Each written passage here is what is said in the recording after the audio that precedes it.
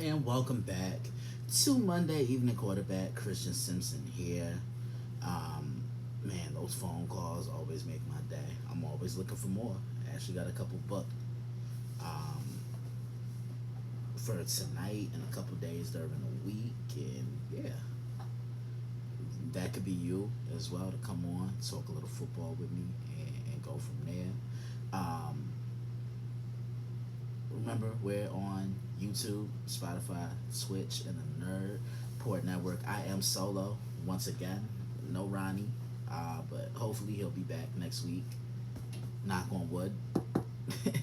um, Already talked about what caught my eye in college football. Now it's time to discuss the National Football League. Um, it was quite the entertaining weekend of the NFL, and you're just happy that it's back. Um, it it You had give been everything you have and still sorry about that. It had been such a long time coming. The last time we saw the National Football League, we were watching the Super Bowl, and the Eagles were absolutely demolishing the Chiefs, and that's exactly where I'm starting. That was a perfect segue. Opening game Thursday night took place in South Philadelphia, Lincoln Financial Field. Philadelphia Eagles hosting the Dallas Cowboys. Now, I got to give Nick Sirianni credit because he wants his team to act like they didn't even win it all. Um, Act like you're fighting for it again. I think more teams should kind of use that. I like that. I was just excited for it because the sport is back. Writing this preview, coming up with my title for it, and yeah.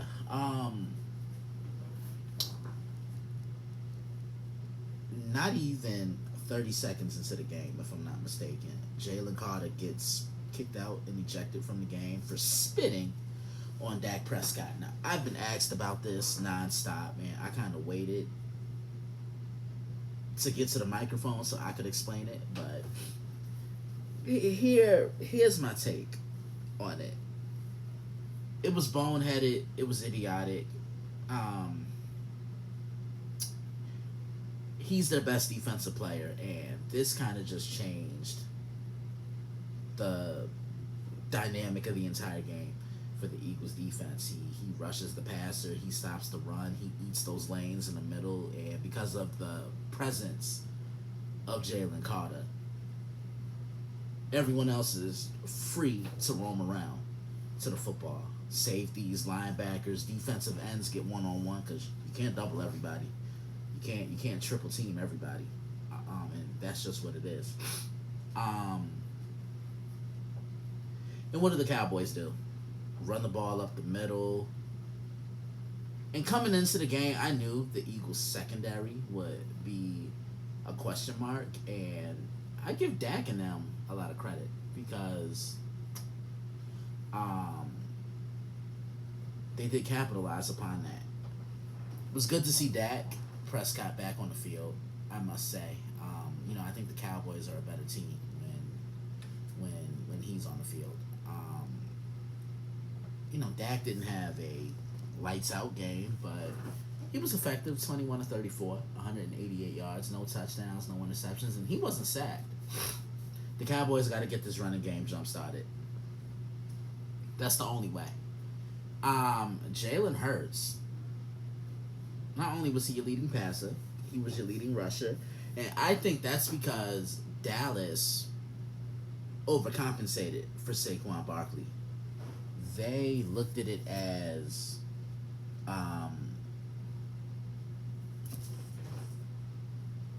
we know Saquon's going to get the ball. I mean, he did carry the ball 18 times for 60 yards, but Jalen Hurts attacked the Cowboys with his legs. And it seemed like the Eagles kept doing that until they could stop it.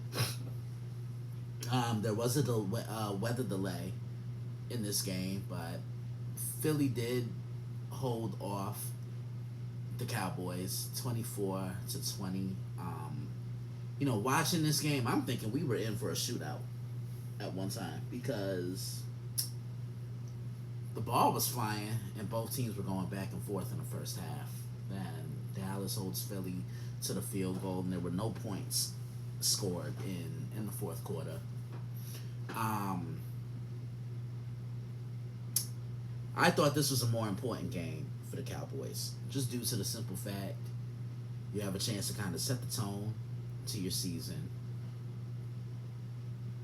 If you had won, it would have been a win over the defending Super Bowl champs and the team that won the division last year. Yeah,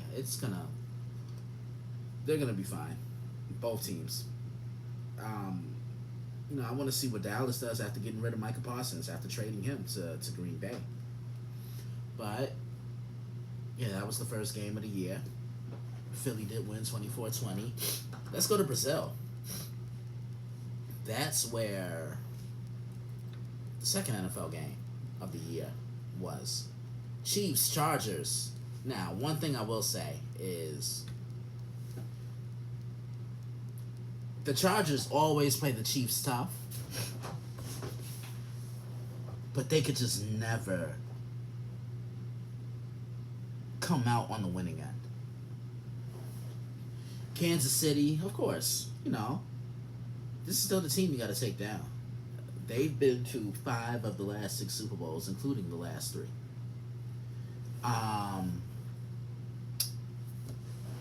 The Chargers losing Rashawn Slater that's huge. I don't think people realize it. He is the anchor of that offensive line, and he's done a great job keeping Justin Herbert on his feet. I wanted to see how the Chiefs were going to come out because for a majority of last season, they didn't come out with urgency. They felt they could get down, climb back into the game, and all would be okay. It doesn't always work like that, and that's exactly what I noticed on Friday night. The Chiefs look stiff. Call it what it is. I have to say this. Friday was the best I had ever seen Justin Herbert look on a football field since coming into the NFL. Kept up with him in college, but what he did on Friday night was remarkable. 25 of 34, 318 yards passing, 3 touchdowns, no interceptions. Chargers tried their best to get a little running game going. Justin Herbert ran the rock a couple of times. The rookie, Omarion Hampton, was your leading rusher. Tar Heel Pride, baby. 15 carries, 48 yards. On the Kansas City side,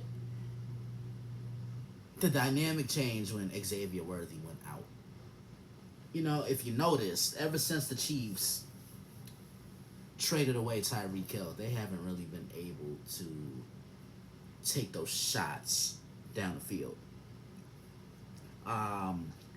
They've been more of a short to intermediate passing team, and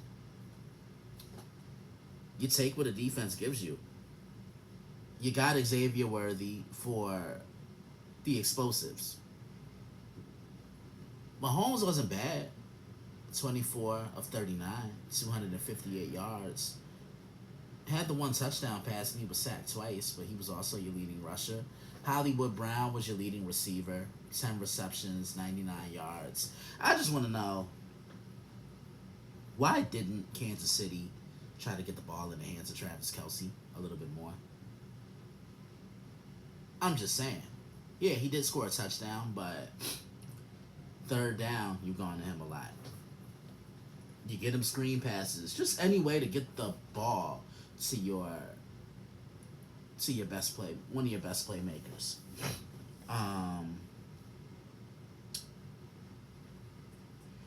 One thing that I didn't like that I saw with the Chiefs was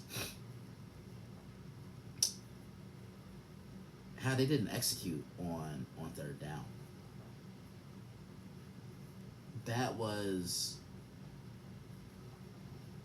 the one thing that stood out to me. At one point, they were 0-7 converting on third down. And it's still, to me, they're stuck in that mindset that we're behind, like I mentioned. We're down, but we can get up and we can get back in this game. It doesn't always work like that, because look at what happened to them in the Super Bowl last year. Philly pummeled them, and the Chiefs had no answer for that physicality and that beatdown they took. But you know what? I see people on social media still panicking about the Chiefs. One, it's one game. Two, it's the first game of the season. And three, as long as they have number 15 under center, they're going to be just fine. Xavier Worthy does have a dislocated shoulder, I read, and he's expected to play with a brace on that shoulder, so he shouldn't miss time. The Chiefs have a huge game next weekend. I can't wait to get my hands on that. Chiefs hosting the Eagles next Sunday afternoon. That should really be a fun one. Yeah, it's a little shameless plug. Words to David on point. But yeah, the Chargers beat the Chiefs for the first time since 2021. 27-21. And I remember the last time that the Chiefs lost to them.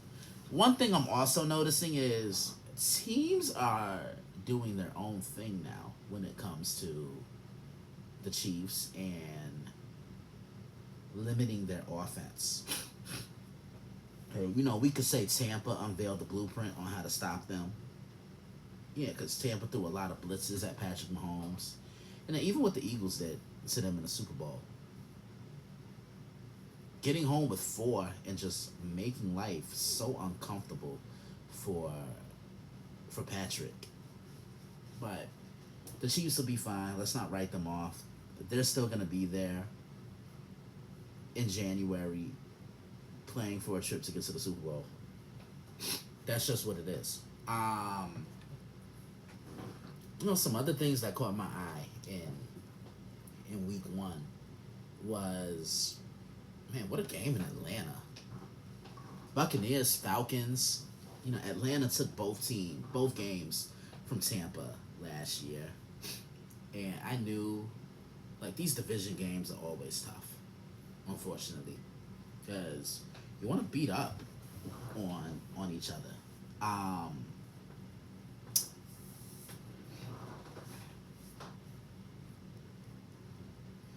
Baker Mayfield amazes me.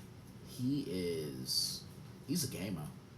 17-32, 167 yards, 3 touchdown passes, no interceptions. He was sacked once, and that's an issue for Atlanta. The lack of a pass rush. You thought Matthew Judon would have helped them, but it just didn't pan out the way everyone expected it to. Emeka Egbuka, he's actually my pick to win Offensive Rookie of the Year. I loved him at Ohio State, and I think he's going to be a really solid pro. He was your leading receiver, 4 receptions, 67 yards, and he caught 2 touchdowns. That second one he caught was absolutely phenomenal. Bijan Robinson was the leading receiver for the Atlanta Falcons, 6 receptions, 100 yards, and took that 50-yard catch to the house on his first play.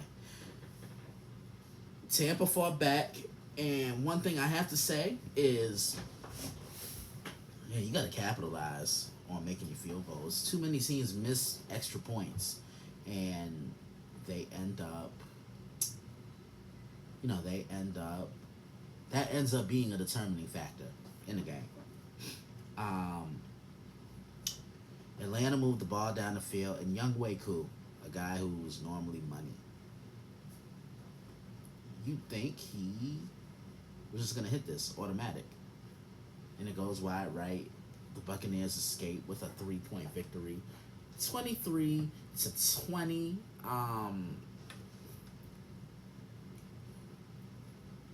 How about the Indianapolis Colts? No, it was an emotional day yesterday at Lucas Oil. This was the first game since the Colts owner, Jim Irsay, passed away, and my condolences go to the Irsays, his family, and those who knew him and the organization as a whole. I think the Colts were kind of looked at as a laughing stock. Oh, you're starting Daniel Jones, and yesterday by far was the best I have ever seen Daniel Jones look on a football field. And you know what I think a reason behind that is? He's no longer playing in New York.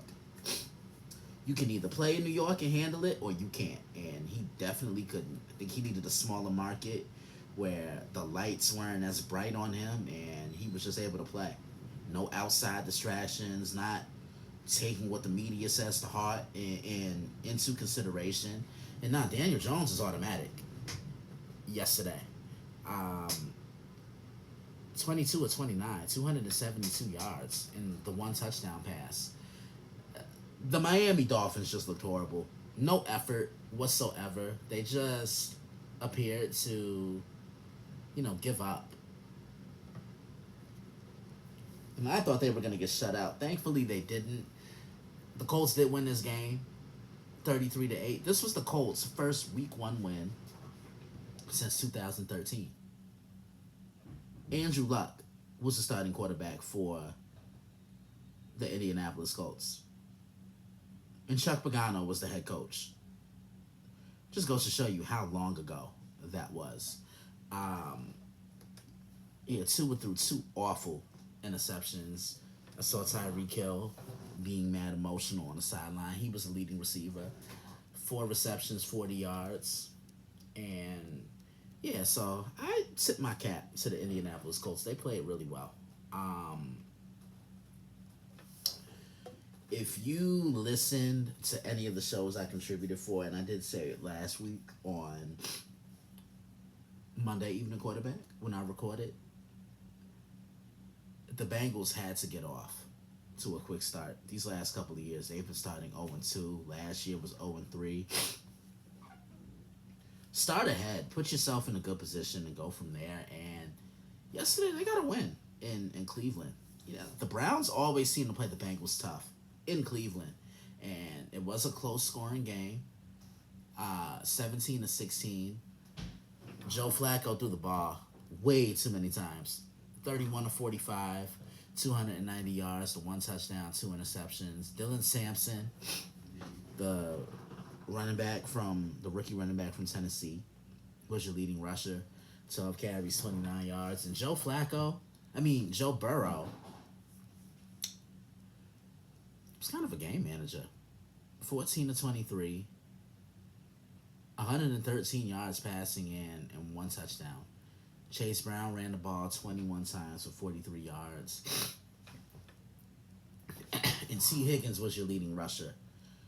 3 receptions, 33 yards.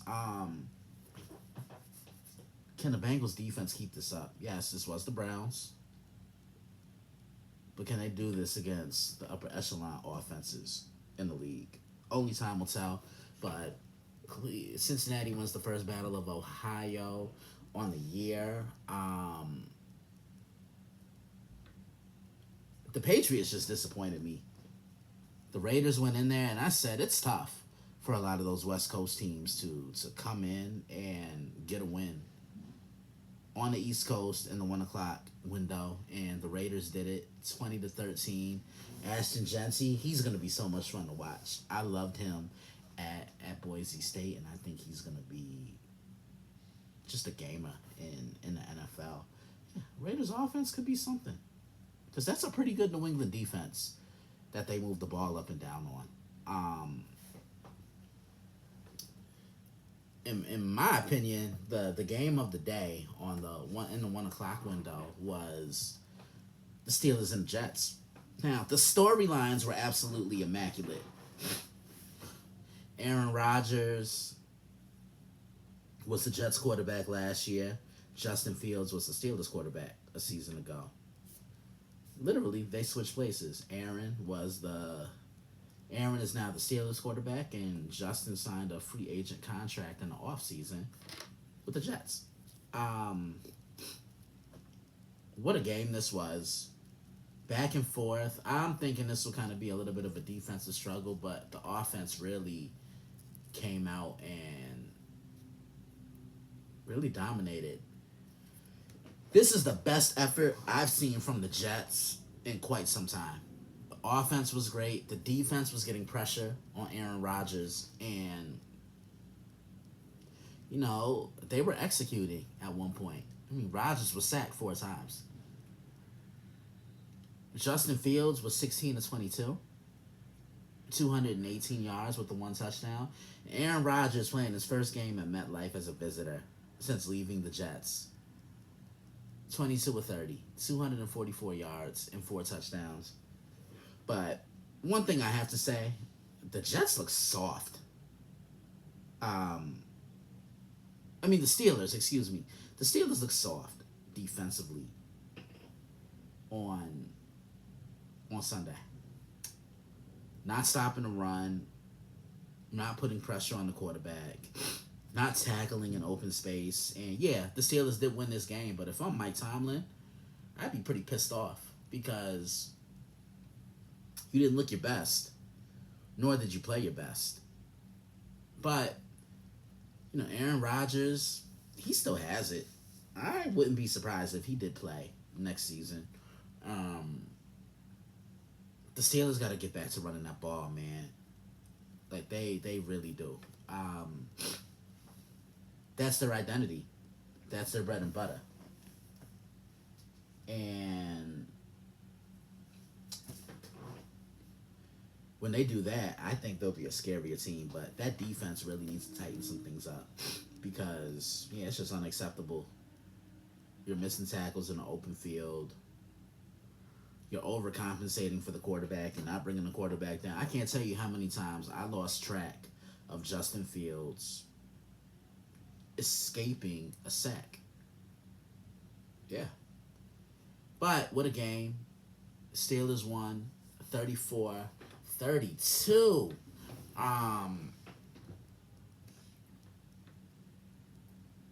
Just looking at kind of what else caught my eye. The Giants are still the Giants. They're awful. They lost 21-6. Jaden Daniels was just such control of that game, and Deebo Samuel was going to be such a difference maker for this offense. The same things he did for the San Francisco 49ers all those years are the same things he's going to do for the Commanders' offense. And he's a veteran now at this point. They don't need him to be the guy. That's what you have Terry McLaurin for. Cardinals beat the Saints. They came away with 20-13. The Jaguars did beat Carolina after an hour-long weather delay. Glad everyone is safe out there. And yeah, that's pretty much everything that caught my eye in the NFL today. Now, before I get out of here and wrap this up, I did have a question because I always put on social media.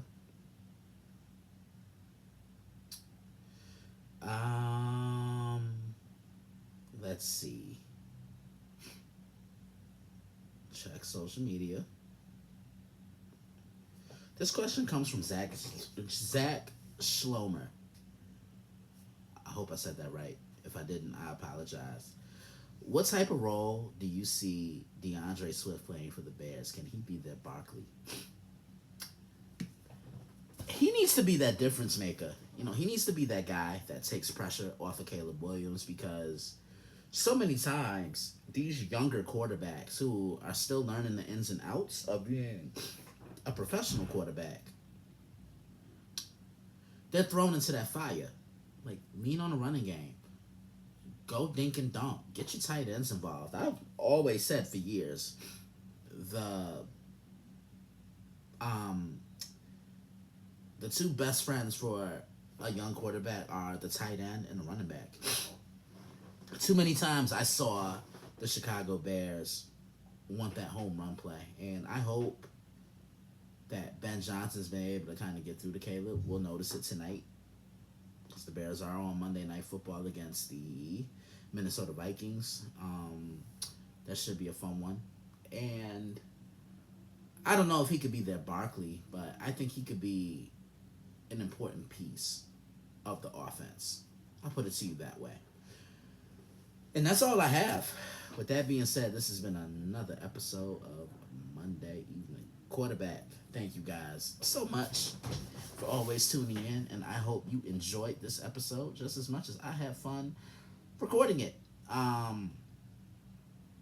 If you like what you heard and you want to keep up with the Daily Blitz, enter your email address and become a subscriber today. Log on to the site, which is thedailyblitz.blog, and anything that gets posted on the site will be sent to your email, add to your email inbox.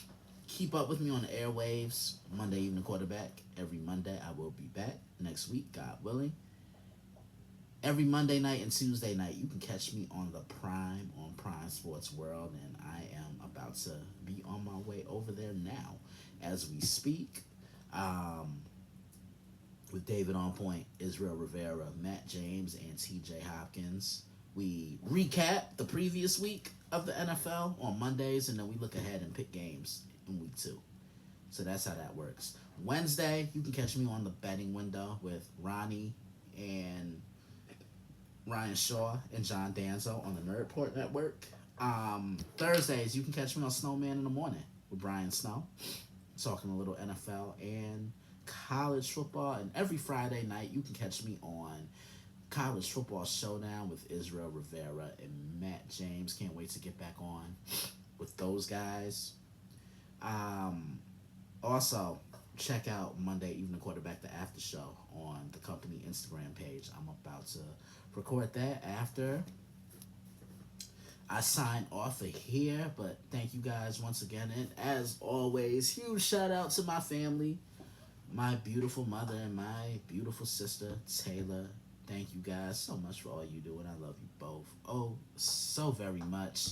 My son, better known as my dog, Siebes, he's mad at me, so that's why he ain't in here right now.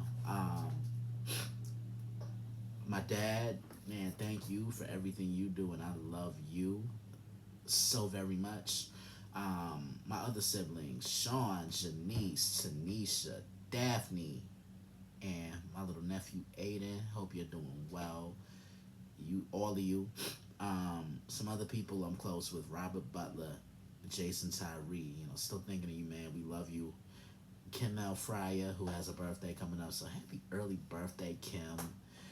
And Candace Carter, hope you're doing well. Keep killing the fashion game.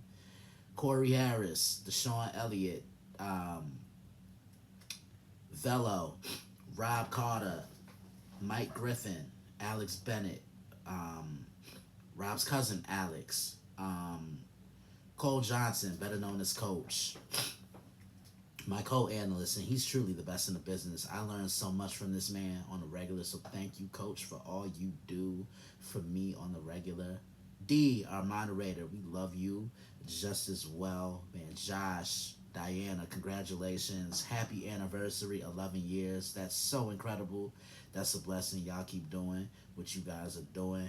Their 3 beautiful daughters, Tiffany, Natalie, and Madison.